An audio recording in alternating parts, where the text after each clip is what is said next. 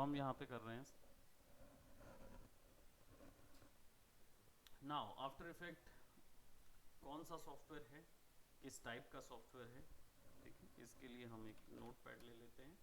Just for a brief आप अपने note pads में इसको दे सकते हैं। आफ्टर इफेक्ट जो है वो एक कंपोजिशन टाइप का सॉफ्टवेयर है।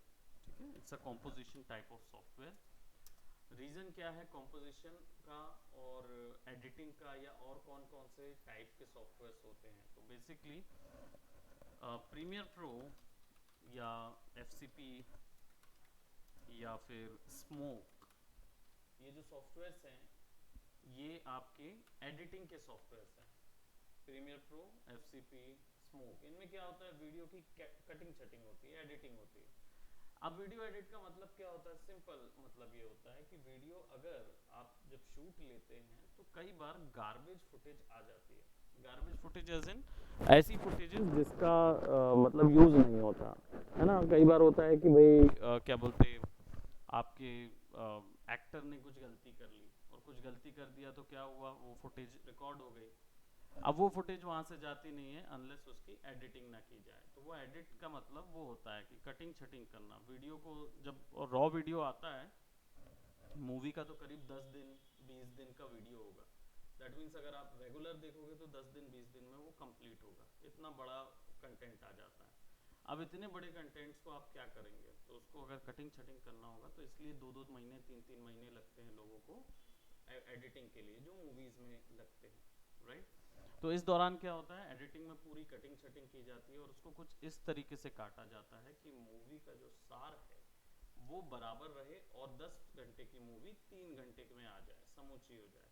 ठीक है, तो उसमें केवल सेलेक्टिव सीन्स और सेलेक्टिव शॉट्स आते हैं। तो ये पूरा आर्ट जो है ये एडिटिंग होती है और इसको किसमें किया जाता है, वीडियो एडिटर सॉफ्टवेयर में। ठीक है, तो वो एक वीडियो एडिटिंग है, वो दिमाग में मत रखिए अभी फिलहाल कि आफ्टर इफेक्ट कुछ ऐसा करेगा। आफ्टर इफेक्ट में वीडियो एडिटिंग पॉसिबल है, होती है, लेकिन बाकी सॉफ्टवेयर और इसमें अंतर क्या है, तो इसलिए समझे कि ये कॉम्पोजिशन टाइप का सॉफ्टवेयर है। ठीक है, अब इसमें क्या होता है, इसमें कंपोजिटिंग होती है। कंपोजिटिंग का मतलब क्या होता है, कंपोज करना, कंपोज राइट, यानी कि मल्टीपल चीजों को एक साथ ज्वाइन कराना, ये मतलब होता है कंपोज का। ठीक है, कंपोजिशन यानी दो अक्षरों को, क्या दो सेंटेंसेस को आपस में जोड़ने के लिए एक बीच में कंपोजिशन लगता है। इस टाइप का कुछ ग्रामर था ना, I don't know, but that is what it is. तो कॉम्पोजिशन का मतलब होता है दो चार चीज़ों को एक साथ लेके ऐसा मर्ज करना कि वो एक जैसा हो जाए। ठीक है, दो अलग अलग ना रहे, दैट इज योर कॉम्पोजिशन। अब आफ्टर इफेक्ट जो है वो इसी कैटेगरी का सॉफ्टवेयर है। चलिए इस पे शुरुआत करने के लिए वर्क किस तरीके से शुरुआत करना है। तो सबसे पहले आफ्टर इफेक्ट में प्रोजेक्ट्स बनते हैं और प्रोजेक्ट्स के अंदर पे कंपोजिशंस बनते हैं। इस तरीके के लेयर वाइज काम होता है इसमें। काम शुरू करने के लिए आपको सबसे पहले न्यू प्रोजेक्ट पे जाना होगा और क्लिक करेंगे तो कुछ ऐसा ओपन होगा। ठीक है, अब इसको पैनलिंग कर लेते हैं। पैनलिंग का मतलब ये होता है कि मैं बता देता हूँ कि कौन सा ब्लॉक किस चीज़ के लिए है। तो अगर जो इसको नोट कर रहे होंगे प्लीज़ अपने नोट्स में इसको ड्रॉ कर सकते हो, आप एक पैनल बना सकते हो। डिपेंड करता है, अगर आप ऐसे भी पढ़ सकते हो तो ऐसे पढ़ लीजिए, और नहीं तो आपकी चॉइस है, आप नोट्स बनाना चाहते हो तो बना सकते हैं। सबसे पहला मेन्यू बार होता है, ये जो बार होता है मेन्यू, और ये मेन्यू बार सारे सॉफ्टवेयर्स में होता है। तो इसमें खास क्या होता है, मेन्यू बार में खास क्या होता है, आफ्टर इफेक्ट का मेन्यू बार हो चाहे फोटोशॉप का मेन्यू बार हो, इसमें होता क्या है वैसे। बिल्कुल, और बिल्कुल, और कुछ ऐड ऑन कर सकते हैं, आर्यन भी बोल सकते हैं। What do you think about that Aryan. हाँ,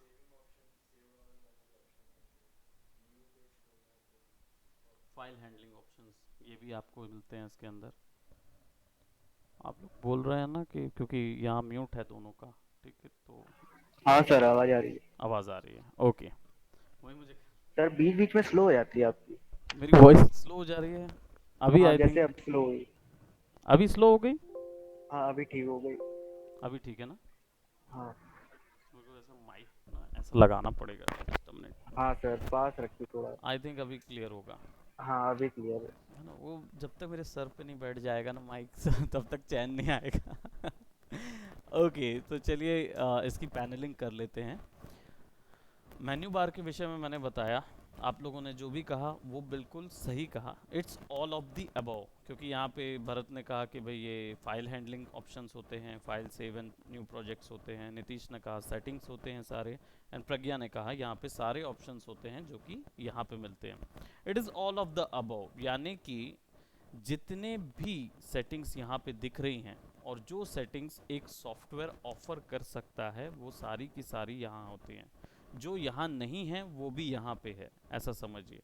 तो ये ओवरऑल पूरा सॉफ्टवेयर है, अगर आपने ये पढ़ लिया तो पूरा सॉफ्टवेयर पढ़ लिया, ऐसा होता है। ठीक है, तो ये मेन्यू बार में सभी ऑप्शंस होंगे, इनसे हटके कोई भी अदर ऑप्शंस यहाँ पे नहीं होता, पहली चीज़।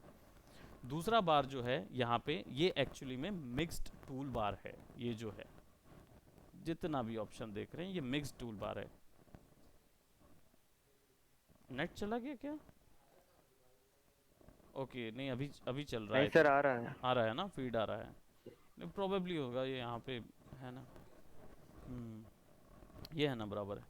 ओके सो ये जो टूल बार है आपका ये मिक्स्ड है। क्यों मिक्स्ड टूल बार बोल रहा हूँ? क्योंकि फोटोशॉप आप लोग में से कई हैं जिन्होंने नया नया फोटोशॉप कंप्लीट किया है या इलस्ट्रेटर कंप्लीट किया है। तो अभी आप लोग आप इसी चीज़ से वाकिफ़ हैं कि आप जैसी टूल सेलेक्ट करते हैं टूल बार में से फटाक से ऊपर में आपको सेटिंग्स मिल जाती है। हम इसी को एक्सपेक्ट करते हैं। यहाँ पे ये चीज़ मिक्स है। यहाँ पे टूल बार इतना ही सेक्शन होता है, इतना सेक्शन टूल बार का है। ये जितना सेक्शन है वो ऑप्शन बार का है। ऑप्शन बार यानी कि टूल्स की सेटिंग्स यहाँ पे मिलती है, जिसको कई लोग सब टूल बार भी बोलते हैं। ठीक है, तो यहाँ पे आपको वो सब टूल सेटिंग मिलेगी। यहाँ पे आपको टूल्स मिल जाएंगे, जैसे ही इस पर क्लिक करेंगे यहाँ पे सेटिंग मिल जाएगी। ठीक है, अदर देन दैट ये जितना भी हिस्सा है ये वर्क स्पेस एरिया है, यानी कि आप इसको अपनी मर्जी से कैसे भी वर्क स्पेस में चेंज कर सकते हैं। आप कैसे भी वर्क स्पेस में कैसे चेंज कर सकते हैं? फोटोशॉप में आपने असेंशियल्स ग्राफिक ऊपर में देखे होंगे, वो वर्क स्पेस है। आप जब उसको चेंज करते हैं तो होता क्या है, पैनल्स अपनी मर्जी से अलग अलग एडजस्ट हो जाते हैं।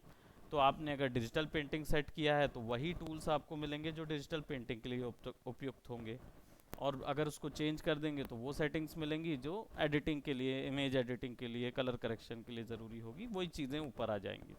सिमिलरली यहाँ पे भी कुछ ऐसा ही होता है। यहाँ पे भी सारे लेआउट्स ऑप्शन हैं और अदर ऑप्शंस भी इसके आगे मिलते हैं। ये छोटा सा एरो की होता है इधर पे, इसके अंदर ये पूरे लेआउट्स मिलते हैं। तो यहाँ पे मोशन ट्रैकिंग भी मिलेगी आपको, टेक्स्ट भी मिलेगा, पेंट भी मिलेगा, मिनिमल होगा, effects, colours, essential graphics, animation, ये जितने ऑप्शन दिख रहे हैं ये सब इन पैनल्स को ऐसा एडजस्ट करेंगे कि आप वो पर्टिकुलर टास्क को बड़े अच्छे से कर पाएँ। ठीक है, इसके अकॉर्डिंग वो सेट करता है। और अगर कुछ नहीं है तो सबसे हैवी है ऑल पैनल्स, यानी कि एक बार में सारे पैनल दिखाने लगता है वो। ये ऑल पैनल है। By default standard all panel पे सेट होता है। ठीक है, अभी और भी ऑप्शंस ओपन हो जाएंगे अगर मैं ऑल पैनल में क्लिक कर दूं तो, बट ये स्टैंडर्ड है। ओके, नाउ अब इस पैनल पे क्या होता है, ये दो ऑप्शंस तो हमें समझ आ गए कि ये बार क्या होता है, ये बार क्या होता है। अब बात करते हैं लेफ्ट वाले इस पैनल की। ये होता है प्रोजेक्ट विंडो या प्रोजेक्ट पैनल बोल सकते हैं इसको। प्रोजेक्ट पैनल का मतलब ये होता है कि यहाँ पे ये समझिए कि जो भी वर्क आप कर रहे हो उसका A to Z फाइल सब इधर जाएगा। कंप्लीट फाइल, यानी कि ऑडियो क्या, विजुअल क्या, वीडियो क्या, इमेज क्या, शेप्स, कुछ भी, कोई भी फाइल जो होगी वो सबसे पहले इधर जाएगी, उसके बाद कहीं और जाएगी। ये जो पैनल है नीचे वाला, ये दो पैनल में डिवाइडेड है।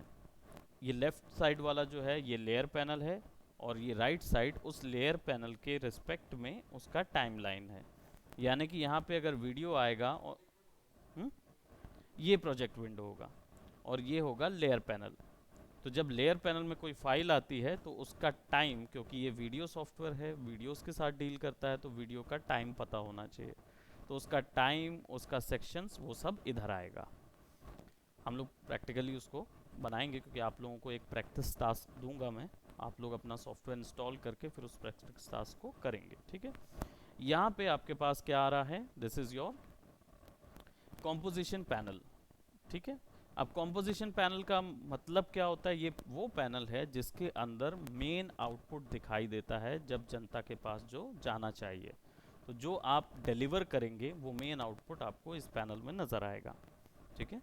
यहाँ पे 2 बटन्स हैं, हम इसके बारे में बाद में डिस्कस करेंगे क्योंकि हम अभी शुरू करेंगे। और राइट साइड में आपके पास ये ओवरऑल कुछ 5 पैनल्स होते हैं इसके अंदर टोटल में।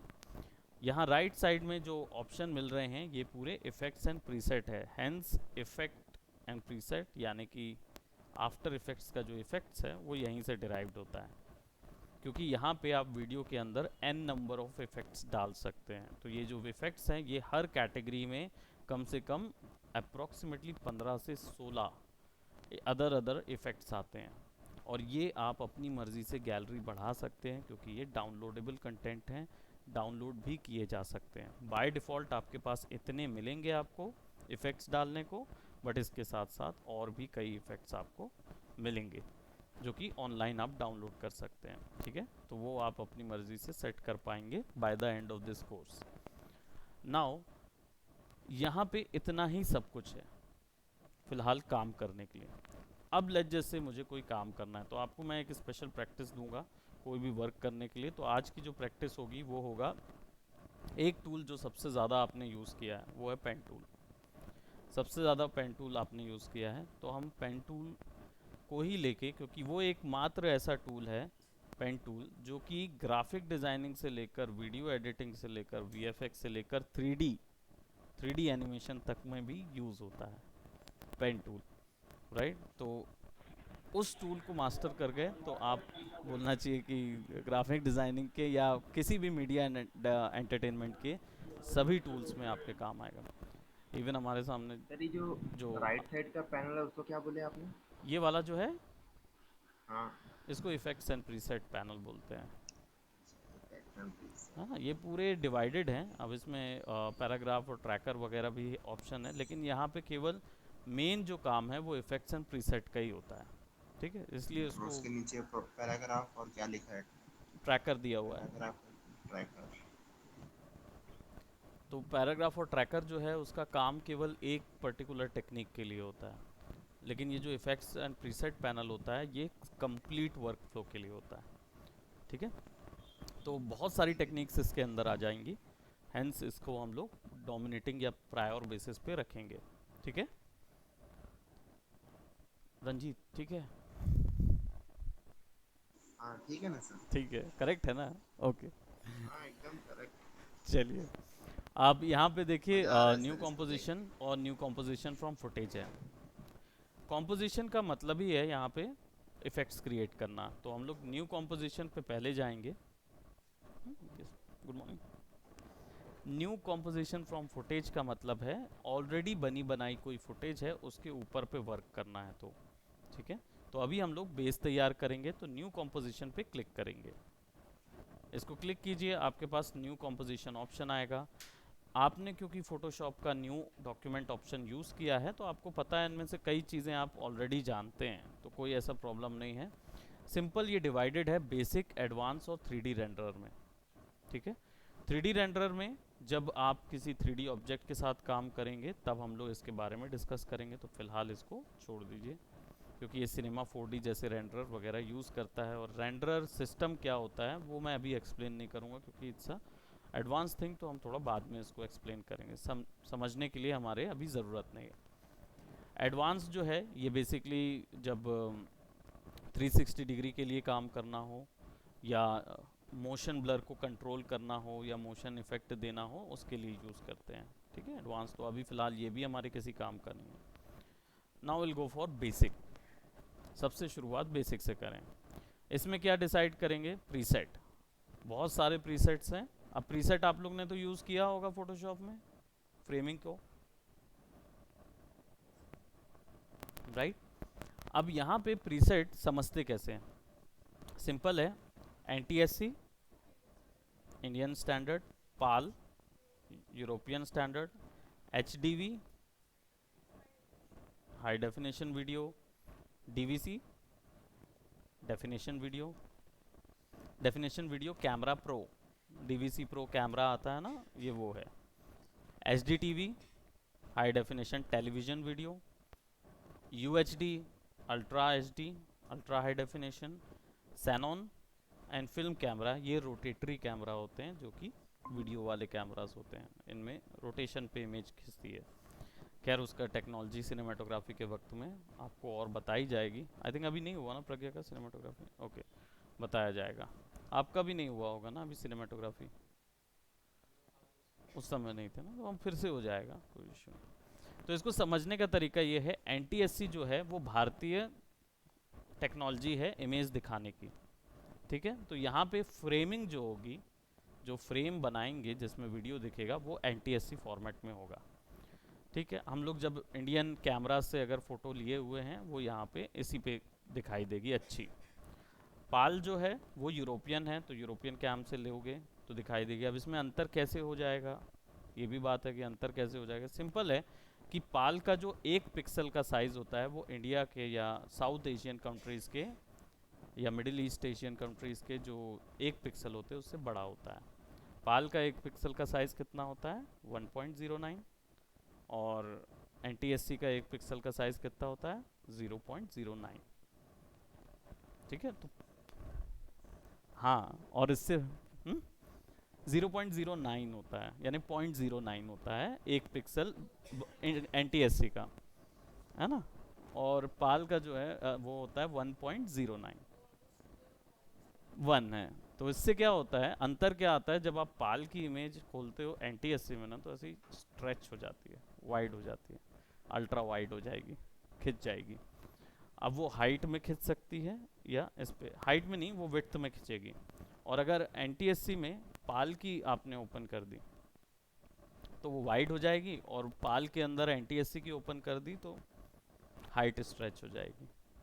तो इसलिए इमेज स्ट्रेच हो जाती है, वीडियो स्ट्रेच हो जाता है। तो प्रीवियसली क्या करते थे, डिवाइसेस के लिए वीडियो कार्ड आता था जो कि पाल NTSC कन्वर्टर होता था, उसको लगाते थे तब इमेज क्लियर नज़र आती थी। बट आज के दौर में थोड़ा सा स्मार्ट हो गए हैं, सॉफ्टवेयर भी स्मार्ट हो गए हैं, तो उनके पास कोडेक्स आ गए हैं, तो अब वो अपनी मर्ज़ी से डिस्प्ले कर देते हैं। बट आपको जानना इसलिए ज़रूरी है क्योंकि अगर आपका कैमरा टेक्नोलॉजी पाल सपोर्ट कर रहा है तो यहाँ पे पाल सेट कीजिए, और अगर आपका कैमरा टेक्नोलॉजी NTSC सपोर्ट कर रहा है तो NTSC सपोर्ट कीजिए, ठीक है। बाकी जितनी भी चीज़ें हैं HD, DVC Pro, HDTV, ये सारे के सारे डिवाइसेस के प्रीसेट हैं, ये तो आपको पता है। इसके साथ एक फ्रेम रेट ऑप्शन भी है 29.97, 25, और ये फ्रेम रेट क्या होता है,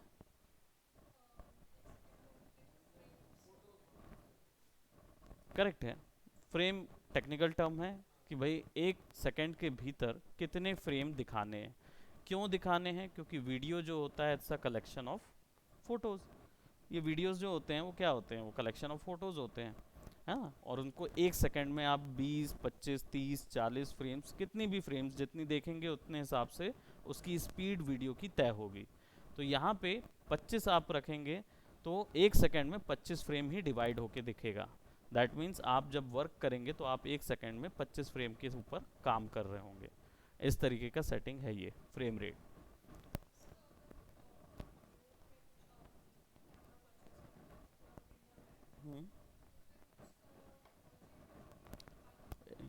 ये क्वेश्चन है कि यूरोप में अगर आप कैमरा यूज़ कर रहे हैं और यहाँ पे आए हैं तो क्या टेक्नोलॉजी आपको वो कन्वर्ट करनी पड़ेगी? नहीं, क्योंकि आजकल के जो कैम्स हैं और जो ये हैं, ये दोनों ही ये ऑप्शन दे रहे हैं। NTSC टू पाल वही कन्वर्ट कर देता है, तो आप वहीं के अंदर भी NTSC चेंज कर सकते हो फॉर्मेट इमेज का। NTSC में भी कैप्चर कर सकते हो, पाल में भी कैप्चर कर सकते हो। बट कुछ ऐसे डिवाइसेस होते हैं जिनमें ये नहीं होता, जैसे रिफ्लेक्सेस कैमरा होते हैं, सिंगल रिफ्लेक्सेस कैमरा होते हैं, उनमें नहीं मिलेगा आपको ये ऑप्शन, क्योंकि वो एक सेंट्रिक होते हैं, है ना। तो वो एक ही टेक्नोलॉजी सेंट्रिक रहेंगे, या ये डिस्प्ले करने की टेक्नोलॉजी पे ज़्यादा डिपेंड करेगा रेदर देन इमेज कैप्चर करने की टेक्नोलॉजी, ठीक। सो ये बस एक अथॉरिटी है जो आपके पास रहनी चाहिए, बाद में डिपेंड करता है आप उसको चेंज करना चाहें तो कीजिए, नहीं करना चाहें मत कीजिए, क्योंकि कहीं ना कोई डिवाइस इसको चेंज कर देगा, राइट। अब बात आती है ये फ्रेम रेट की। फ्रेम रेट समझा आपको आर्यन? आर्यन चले तो नहीं गए? हाँ सर समझ रहे हैं। समझ जाना ओके। हाँ। ठीक है, पूछ लेना जो भी चीज़ नहीं समझ में आए तुरंत पूछ लेना, बिकॉज मैं यस सर। काफ़ी कुछ मुझे आप लोगों का कवर कराना है, तो जल्द से जल्द, है ना, और अच्छा बेस बनाना है। सो यहाँ पे विड्थ और हाइट ऑप्शन दिया हुआ है। क्या हो गया? ये लो ना, ये लो, ऐसा कुछ नहीं है, पुराना है वो, पता नहीं किसका है, बट ले सकते। ओके, सो विड्थ और हाइट मैंने जैसे आपने फोटोशॉप में देखा है, जब भी आप फोटोशॉप का फ्रेम बनाते हैं 3 वैल्यूज़ हमेशा रखते हैं। क्या क्या? विड्थ, हाइट और रेजोल्यूशन, है ना, ये 3 चीज़ रहनी चाहिए। यहाँ पे हमारे विड्थ और हाइट और फ्रेम रेट होता है, 3 चीज़ें ध्यान में रखनी होती है। विड्थ और हाइट यहाँ से आ जाएगी, और लॉक एस्पेक्ट रेशियो या पिक्सल एस्पेक्ट रेशियो आपने फोटोशॉप में भी देखा होगा, क्या होता है?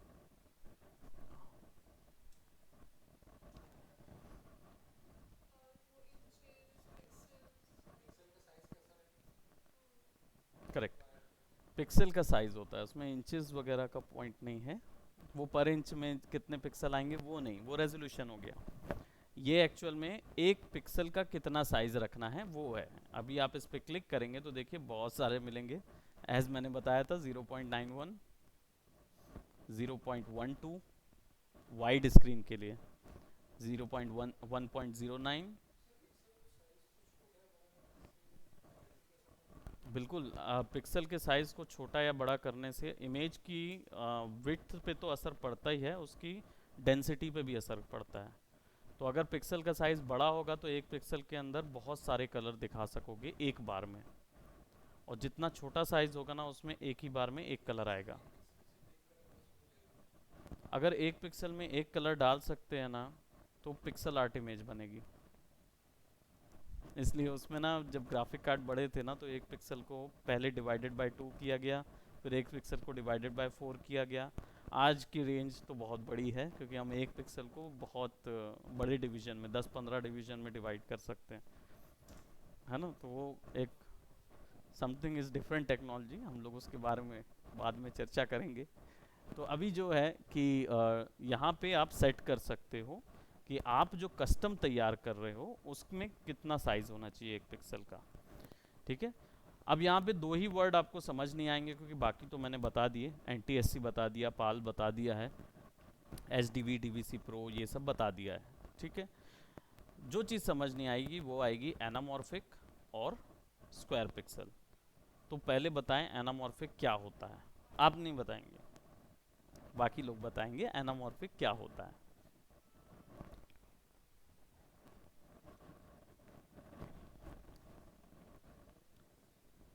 इसका 2 है ना,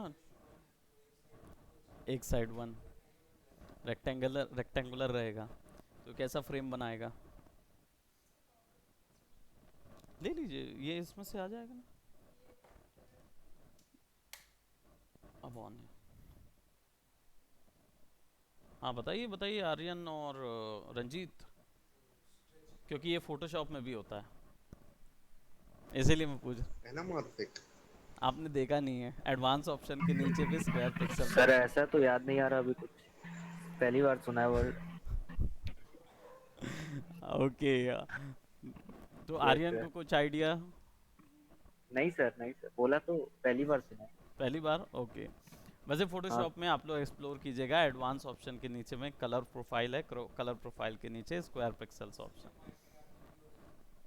नहीं नहीं नहीं, वो वाला नहीं, अरे LUTs वगैरह लगती हैं, हाँ। तो नो इश्यूज, मैं आपको बता देता हूँ क्या है सिंपली। एनामॉर्फिक एक type of, it's a lens, एक लेंस होता है कैमरा का जिसको बनाया गया है शॉर्ट रेंज पे लॉन्ग शॉट लेने के लिए। तो अगर मैं अभी यहाँ बैठा हूँ एक रूम में और मेरे सामने में 3 जन ऑलरेडी बैठे हुए हैं, और मुझे यहीं पे बैठे हुए यहाँ तक का एरिया लेना है, लाइक 180 के अप्रोक्सीमेटली, हाँ फिश आइलैंड्स जैसा अगर मुझे लेना है, कैप्चर करना है, तो मुझे एनामॉर्फिक लेंस लगाना पड़ता है। तो इसमें क्या होता है, आपको एक वाइड एंगल लेंस भी मिल जाता है लेकिन इमेज स्टिल मिलती है, राइट। तो ये ज़्यादा से ज़्यादा कैप्चर कर पाता है। तो एनामॉर्फिक का जो सीधी सी बात है, रेशियो देख रहे हैं 2:1 है, विच वॉज रेक्टेंगल, राइट। तो 2 पिक्सल का इसका एक 2 पिक्सल बराबर 1 पिक्सल होता है इसका, ऐसे समझिए, ठीक है। सो यहाँ पे बताने की ये ज़रूरत तब पड़ती है जब आप इतने डीप लेवल पे वर्क कर रहे होते हैं, ठीक है। ये आपके फोटोशॉप में भी अवेलेबल है, जब आप डिफरेंट टेक्नोलॉजीज़ के साथ काम करेंगे तब आपको इनकी ज़रूरत पड़ेगी। स्क्वायर पिक्सल्स का मतलब होता है जब ऑनलाइन किसी भी इमेज के साथ या वीडियोस के साथ काम कर रहे हैं, क्योंकि वो ऑलरेडी कन्वर्टेड होती है। तो जब आप उसके साथ काम कर रहे हैं और आपको पता नहीं है कि मेरा कितना पिक्सल साइज़ होना चाहिए एक्यूरेट, तो स्क्वायर डाल दीजिए दोनों तरफ बराबर, ठीक है। तो जब पता नहीं है तो स्क्वायर पिक्सल्स कीजिए, वरना एक्यूरेट पे काम कीजिए। इसमें डेफिनेटली कुछ कॉम्प्रोमाइज़ेस होते हैं क्वालिटी के साथ स्क्वायर पिक्सल में, बट वो जब हम और आगे प्रिसाइज में जाएंगे then we will get to know all that. यहाँ पे 16:9 1:178 जो आपको दिख रहा है, ये हाई डेफिनेशन का रेजोल्यूशन होता है। 16:9 सुना होगा आप लोगों ने, 16:9 ये क्या होता है, ये पिक्सल का स्प्रेड करने का तरीका होता है। थोड़ा सा शुरुआत में थ्योरी रहेगी, आप लोग इसको ध्यान रखें। पिक्सल को स्क्रीन पे स्प्रेड करने का रेजोल्यूशन वो तरीका होता है बेसिकली। अगर हाइट में आपने 16 दिया है तो वाइड में आपको 9 देना है, और मान लीजिए 9 का 10 होता है अगर, तो वो 9 का 10 नहीं होगा, 9 का 18 हो जाएगा और 16 का 32 हो जाएगा। तो उतना एरिया एक साथ आपको मिल जाएगा। ऐसे ही बढ़ते हैं स्क्वायर, जो पिक्सल स्प्रेड होता है वो ऐसे बढ़ाने पड़ते हैं स्क्रीन पे। पिक्चर देखते हैं सर इसी में 16:9 में पिक्चर देखते हैं देखते हैं ना कंप्यूटर 16:9, वो सेम है। अगर उसको रेजोल्यूशन बढ़ाना होगा तो ऐसे ही बढ़ेगा कि उसको 10 नहीं कर सकते हम, हमको 18 करना पड़ेगा, just opposite, just double, right. अब फ्रेम रेट जो है, ये तो यहाँ पे 30 FPS सेट है, आप अपनी मर्जी से भी यहाँ नंबर भी लिख सकते हैं या यहाँ पे सेट भी कर सकते हैं। Drop frame and non drop frame, ठीक है, ये रैम से रिलेटेड है, रैम मेमोरी से रिलेटेड है। कुछ फ्रेम्स ड्रॉप कर देता है, क्योंकि जब आप प्रीव्यू करते समय देखते हैं तो कुछ फ्रेम्स ड्रॉप कर देता है ताकि वो रैम ज़्यादा ना खींचे, तो आप उसको ड्रॉप फ्रेम पे सेट रहने दीजिए। रेजोल्यूशन, ये जितना पैनल दिख रहा है ना आपको, ये कभी भी आपके आउटपुट को असर नहीं करेगा, क्योंकि ये केवल आपके काम करने के लिए होता है। आफ्टर इफेक्ट एक रैम हॉगिंग सॉफ्टवेयर है, बहुत ज़्यादा रैम खाता है। इसको ऐसे ही चालू करके रखेंगे तो शाम तक सिस्टम बंद कर देगा। क्यों? क्योंकि सिस्टम की पूरी रैम वो कॉन्स्टेंटली खाता रहता है। तो जब तक आप टैंप डिलीट नहीं करेंगे तब तक वो खपती रहेगी, ठीक है। तो इसको चालू करके छोड़िए नहीं, क्योंकि ज़्यादा देर छोड़ देंगे तो सिस्टम स्लो कर देगा, ठीक है। तो अदर देन दैट अपना काम करके इसको बंद कर दीजिए। यहाँ पे रेजोल्यूशन ऑप्शन है, ये क्वार्टर पे रखिए अगर आपकी रैम बहुत कम है, कभी कभार फुल कर लीजिए। अगर अच्छी भी रैम है तो भी इसको क्वार्टर पे ही रखिए, क्योंकि काम करते वक्त ये सबसे लीस्ट क्वालिटी आपको दिखाएगा, लेकिन जब रेंडर करेंगे, जब बाहर निकालेंगे तो वीडियो आला दर्जे की फुल क्वालिटी मिलेगी आपको। लेकिन केवल काम करते वक्त क्वालिटी डाउन रखने के लिए क्वार्टर होता है।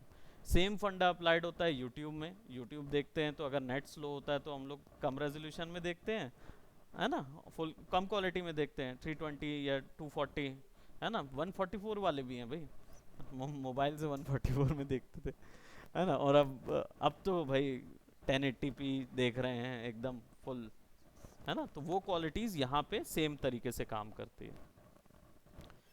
टाइम कोड यानी वीडियो जो है उसका क्या बोलते हैं, शुरुआत कहाँ से करनी है। अगर आपके पास वीडियो है मान लीजिए 10 सेकंड का और आप 8 सेकंड से काम करना शुरू करना चाहते हैं, तो टाइम कोड जो है वो 8 पे सेट करेंगे। और अगर यहाँ पे ड्यूरेशन मतलब आपने 000 रखा है, यानी शुरुआत से ही काम करना शुरू कर पाएंगे आप, ठीक है। ड्यूरेशन जो है इसका मतलब होता है वीडियो की टोटल लेंथ, लेंथ कितनी होगी वीडियो की, ठीक है। इसका डिवीजन कैसे होता है, hour, minute, second and frame rate. इसमें मिली सेकेंड नहीं होगा, ठीक है। तो यहाँ पे होगा आवर, नहीं, मिली सेकेंड जो है वो उसका रेट इससे नहीं होता, 10वां हिस्सा होता है वो। 10 का एक होता है।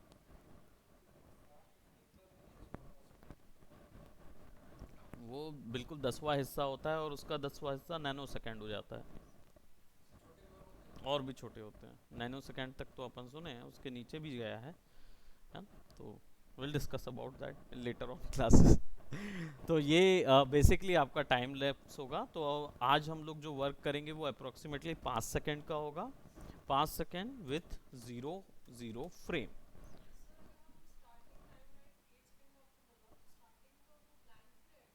हाँ, वो यहाँ पे 8 सेकेंड से शुरू करेगा वो।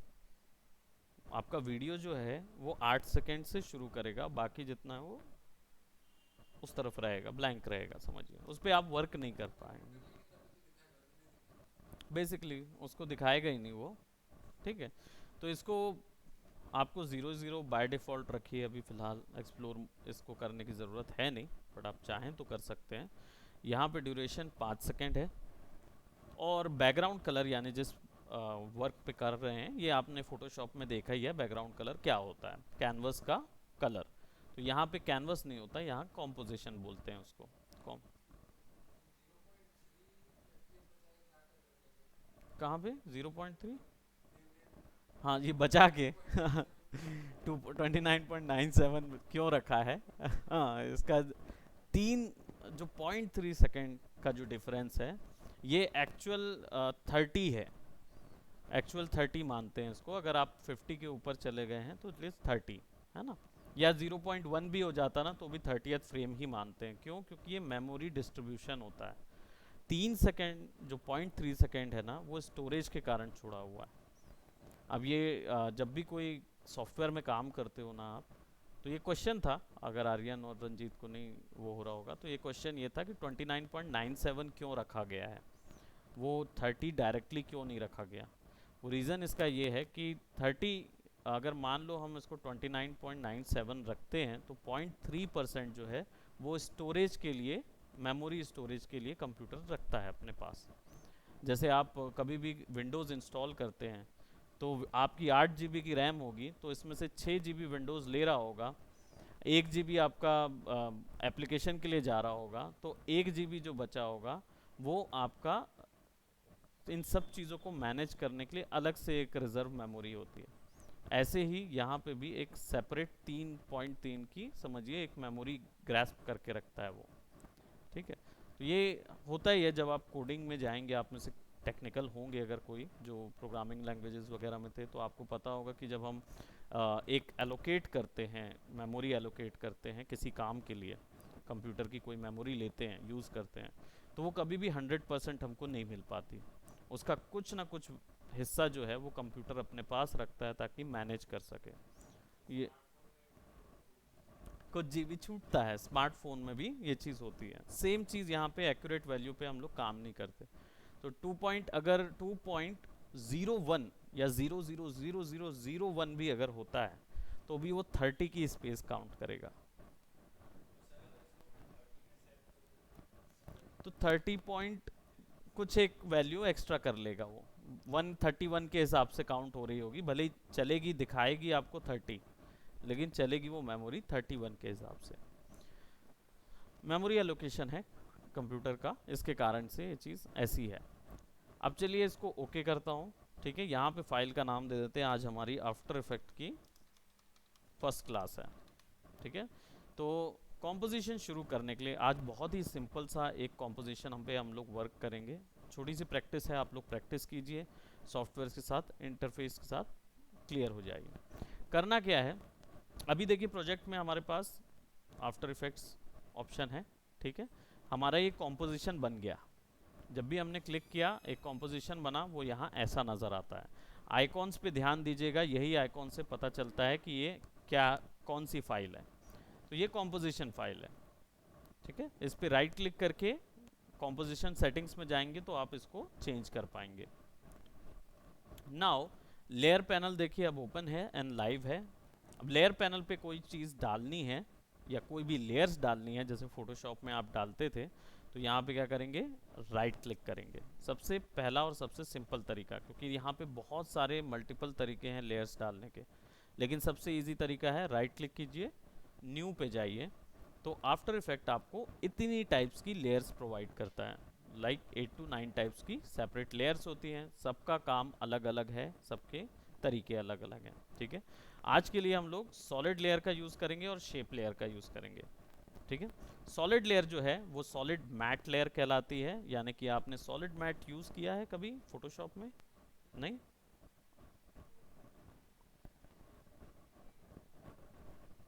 नहीं यूज़ किया। एडजस्टमेंट लेयर डाले थे फोटोशॉप में, एडजस्टमेंट लेयर, हाँ वही है इमेज।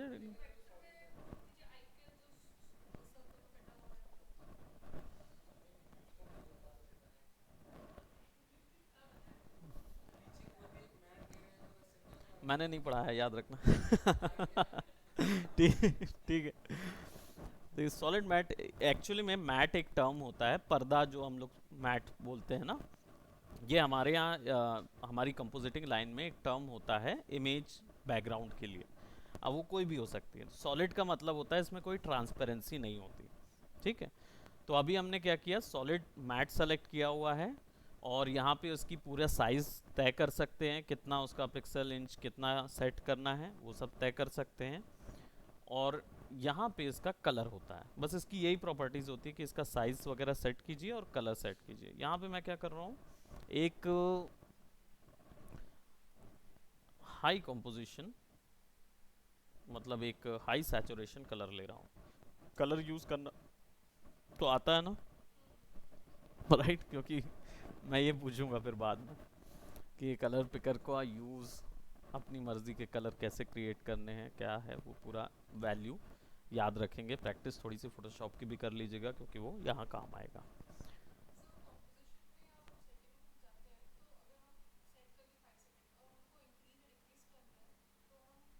बिल्कुल कर सकते हैं। अगर आप कॉम्पोजिशन में कोई भी सेटिंग्स जो आपने सेलेक्ट की होगी वो दोबारा से चेंज की जा सकती है, बिल्कुल। इसको ओके करेंगे। तो अभी देखिए आपके पास क्या आ गया, एक सॉलिड मैट आ गया, यानी बैकग्राउंड आ गया मेरे पास, ठीक है। और वो मुझे दिखा रहा है यहाँ पे। लेयर सिस्टम वैसा ही एग्जैक्टली काम करता है जैसा फोटोशॉप में काम करता था। शॉर्टकट्स भी वैसे ही काम करेंगे जैसे फोटोशॉप में करते थे। क्यों? क्योंकि ये भी एडोब का ही सॉफ्टवेयर है, तो यहाँ पे भी आपके वैसे ही काम करेंगे जैसे फोटोशॉप में होता था।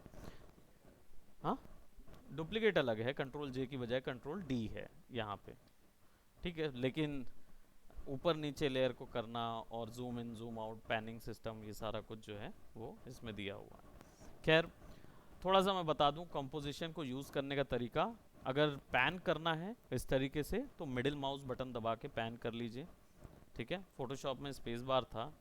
डोंट जज this software quite a lot कि बिल्कुल एग्जैक्ट है, लेकिन आप फैमिलियर हो पाएंगे क्योंकि ये सॉफ्टवेयर फोटोशॉप जैसा ही है। जो फोटोशॉप में काम होता था फोटोज़ के साथ, वो हम यहाँ पे वीडियोस के साथ करते हैं। एग्जैक्टली वही पूरे फंडे यहीं पे अप्लाई होंगे। तो यहाँ पे जूम इन जूम आउट करने के लिए माउस से जूम इन जूम आउट कीजिए और मिडिल माउस बटन से पैनिंग कीजिए, ठीक है। और यहाँ पे लेयर है, और लेयर अभी टॉप पे है, नीचे पे कोई और लेयर नहीं है इसके, या इसके ऊपर में कोई लेयर नहीं है, इसलिए कैनवस पे यानी कि कॉम्पोजिशन पैनल पे आपको एक ही दिख रहा है, ठीक है। अब यहाँ पे हम ले लेते हैं एक राइट क्लिक करके शेप लेयर। आप लोगों का यूज़ सबसे ज़्यादा ये शेप लेयर एक्चुअली में बहुत यूनिक है। लेयर्स और लेयर्स की प्रॉपर्टीज़ जो हैं वो सारी सेटिंग्स जो हैं वो आपको यहाँ पे मिल जाती हैं। जैसे लेयर को सेलेक्ट करेंगे, उसके पीछे में एक छोटा सा एरो है, क्लिक कीजिए, ट्रांसफॉर्म ऑप्शन है, ढेर सारे ऑप्शन यहाँ पे मिलेंगे। ये जो प्रॉपर्टीज़ हैं जो सॉलिड पैनल में मिलती हैं, ट्रांसफॉर्म प्रॉपर्टीज़, ये हर लेयर पे कॉमन है, ठीक है। इनके शॉर्टकट कैसे हैं? तो इनका शॉर्टकट है A for anchor point, right? P for position, P for position, T for opacity, R for rotation, S for scale। इतनी ही प्रॉपर्टी रहेगी, P, R, S, ये ट्रांसफॉर्म प्रॉपर्टी हो गई। ए इज फॉर एंकर पॉइंट, ठीक है, और T is for transparency यानी opacity, उसी टर्म से निकला हुआ ट्रांसपेरेंसी है, ठीक है। तो ये पांचों ऑप्शन हर किसी में रहेंगे, इसको याद रखेंगे। अब शेप लेयर के अंदर दो हो जाते हैं बस, ये ऐसे ही लेयर्स में प्रॉपर्टीज डिवाइड होती जाती हैं। तो यहाँ पे कंटेंट ऑप्शन है, क्योंकि शेप लेयर अभी खाली है, उसके अंदर कोई शेप नहीं डला है, तो हम शेप डालेंगे आज। शेप बनाते हैं। लेट्स जस्ट से मैं यहाँ पे शेप बनाने के लिए पेन टूल ले रहा हूँ। पेन टूल का शॉर्टकट क्या हुआ था? नहीं, जो पी शॉर्टकट था हमारा फोटोशॉप में, यहाँ पे जी हो जाता है, ठीक है। तो जी शॉर्टकट है पेन टूल का, पेन करेंगे और आप लोग थोड़ा सा ज़्यादा समय लीजिएगा पेन टूल के साथ कुछ ड्रॉ करने के लिए। मैं यहाँ पे कुछ जल्दी जल्दी कुछ ड्रॉ कर रहा हूँ, ठीक है। तो आप क्या करेंगे, आप पेन टूल में थोड़ा सा ज़्यादा समय लेंगे और कुछ अच्छा सा ड्रॉ करेंगे, क्योंकि घंटे ये वाला ड्रॉ नहीं करेंगे, ठीक है। ओके, अब इनकी प्रॉपर्टीज़ पता ही हैं, वेक्टर प्रॉपर्टीज़ आप लोग को, फिल, स्ट्रोक और पाथ, है ना। ये तीन प्रॉपर्टीज़ होती हैं किसी भी वेक्टर शेप की, fill, stroke and path. Fill उसके अंदर के कलर को बोलते हैं, स्ट्रोक बोलेंगे उसकी आउटलाइन को, और पाथ उसके स्ट्रक्चर को बोलेंगे, ठीक है। लेट्स जस्ट से अब यहाँ पे मैं एक वैल्यू डाल रहा हूँ, तो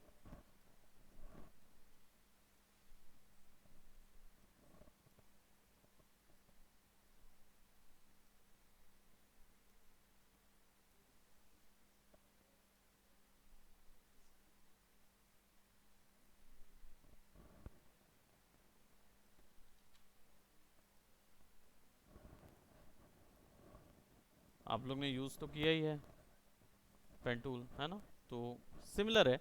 अब यहाँ पे देखिए पेन टूल के अंदर फिल आ रहा है। फिल को नन करने के लिए यहाँ पे दो बटन्स होती हैं, जैसे कि नीला कलर का जो दिख रहा है फिल, ये भी एक्सेसिबल है। इसको क्लिक करेंगे तो आप नन कर पाओगे, उसको ट्रांसपेरेंट कर पाओगे, वैल्यू आएगी। और यहाँ पे स्ट्रोक पे क्लिक करोगे तो स्ट्रोक का भी सेम वैल्यू आएगा, लेकिन उसके सामने वाले बॉक्सेस पे क्लिक करेंगे तो उसके रिस्पेक्टिव कलर को आप कंट्रोल कर पाओगे। हाँ, क्या हुआ? अभी समझ आ जाएगा आप लोग को।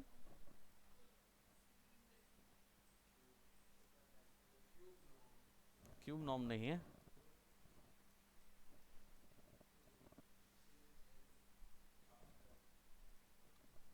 आफ्टर दिख रहा है तुमको?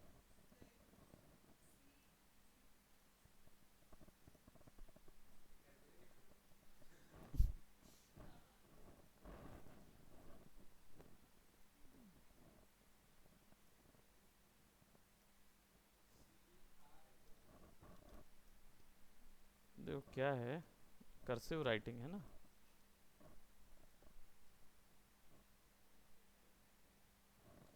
बताओ क्या लिखा है रूपम?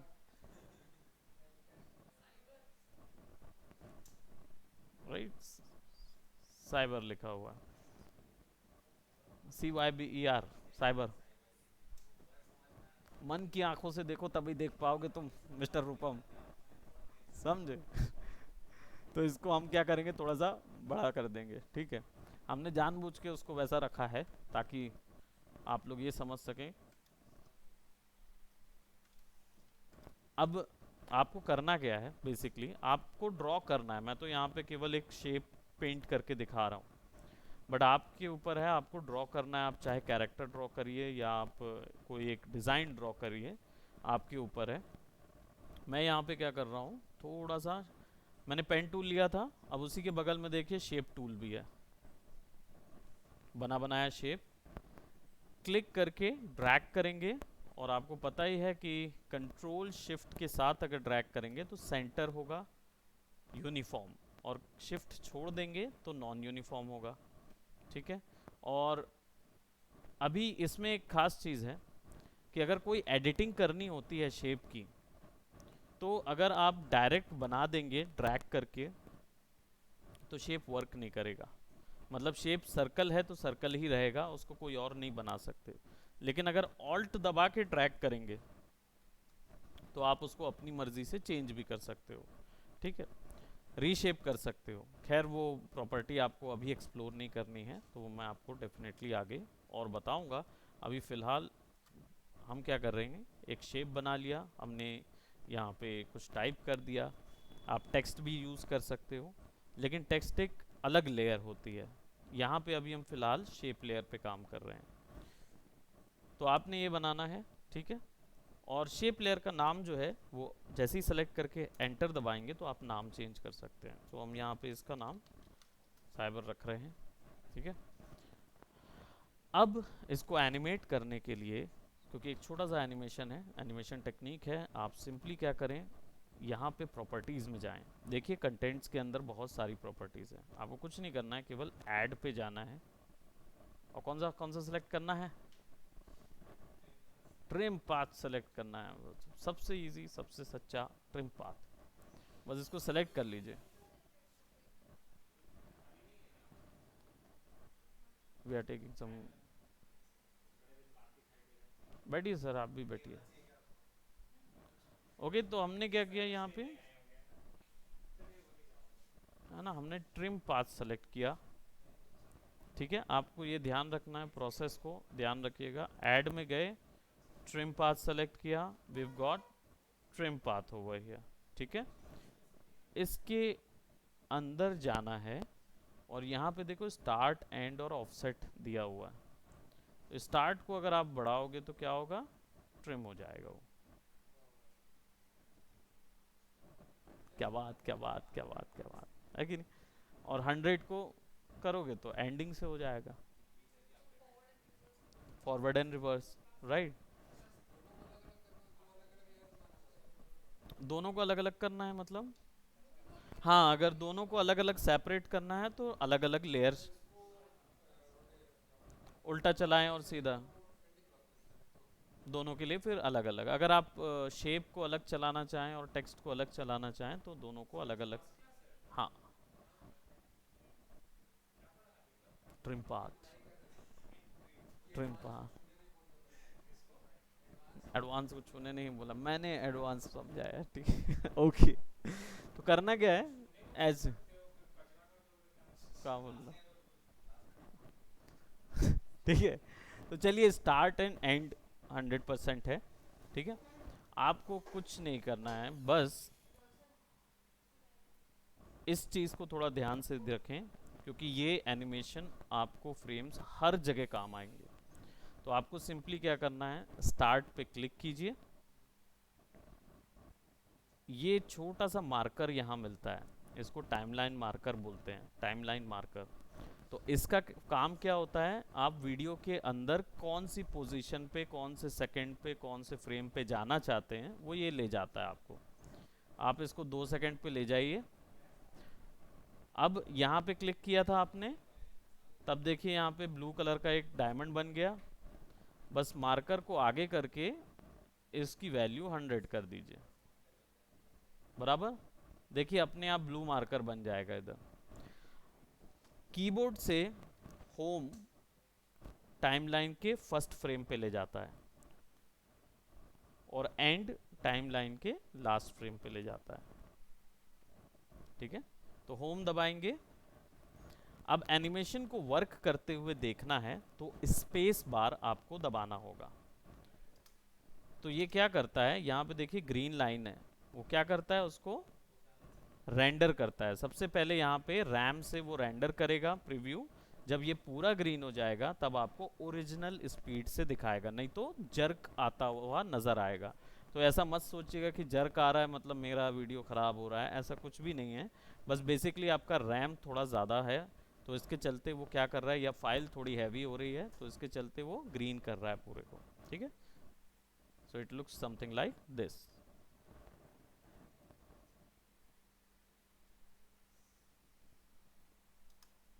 स्पेस बार से इसका एनिमेशन प्ले होगा।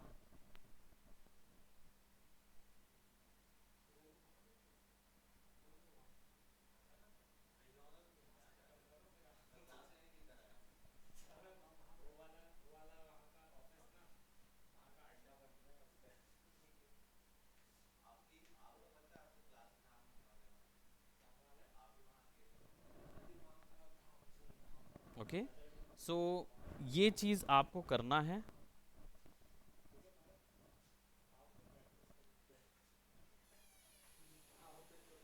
Sir hello. अगर केवल साइबर को एनिमेट करना है तो आपको साइबर किसी और शेप लेयर में लेना होगा। मल्टीपल शेप लेयर्स कैसे ले सकते हो, राइट क्लिक करके न्यू में जाके फिर से शेप लेयर ले लीजिए। ठीक है, तो अलग अलग शेप लेयर्स ले सकते हो तो उसमें हो जाएगा।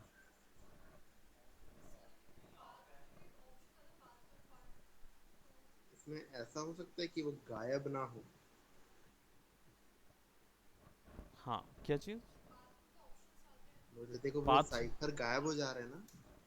क्या चीज़ गायब हो जा रहा है? साइबर? हाँ, वो देखो अभी ऐसा हो रहा है कि वो लिखा हुआ है और वो गायब हो रहा है। ऐसा होना जैसे मैं मूवीज कई बार वो देखा हूँ ना, गाने के वीडियो में ऐसे एक्टर लोग आते हैं और ऐसे अपना साइन करते हैं स्क्रीन के ऊपर। हाँ हाँ, तो लेकिन उल्टा कर देखो मतलब दीजिए, ये की फ्रेम इसको को उल्टा उल्टा कर दूं। लगा दीजिए। जो यहाँ पे निकला है ना, ये जो दो पॉइंट हम्म, आए हैं इनको उल्टा कर सकते हो आप। सिंपली यहाँ से ऐसा ड्रैग करके बाहर कर दो।